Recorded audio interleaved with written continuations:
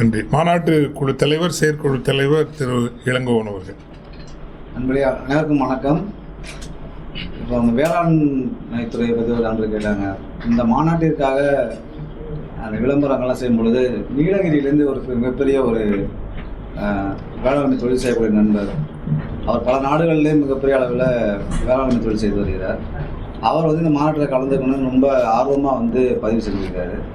ஒரு சாஃப்ட்வேர் துறையில் software company வச்சுருக்க ஒரு நண்பர். அவர் இந்த சாஃப்ட்வேர் தொழிலாம் இந்த மென்பொருள் அந்த துறையை விட்டு மிகப்பெரிய விவசாயம் பண்ணக்கூடிய ஒரு மிகப்பெரிய ஒரு தொழிலதிபர். அவர் இந்த கூட்டத்தில் கலந்துக்கிறது அமைப்பில் மாநாட்டுக்கு வர்றாங்க.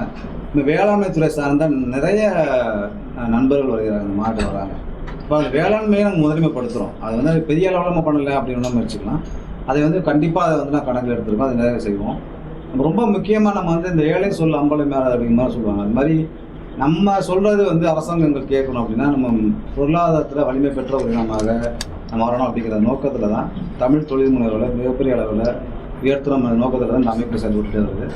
நிச்சயமாக அதில் இந்த எண்ணிக்கை ஒரு பெரிய பங்களிப்பாக இருக்கும். அதனால் நம்ம சொன்னதை ஒரு வெறும் நம்பிக்கை எண்ணிக்கை என்ற அளவில் இல்லாமல் இப்போ பெரிய அளவில் அந்த அமைப்பு வளரும் பொழுது நம்ம கொள்கை வேட்பாளர்களாக நம்ம சொல்வதை கேட்பதற்கு மிக அடுத்தது சொன்னது போல் ஜிஎஸ்டி ஆரம்பிச்சிருக்கக்கூடிய நிறைய சிக்கல்கள் இங்கே இருக்குது. தொழில்துறை அந்த தொழில் பண்ணுவாங்க. அப்போ அதையெல்லாம் சரி பண்ணக்கூடிய ஒரு அந்த அரசு கவனத்துக்கு சென்று சரிப்படுத்தக்கூடிய மிகப்பெரிய அமைப்பாக அந்த அமைப்பு வளரும்.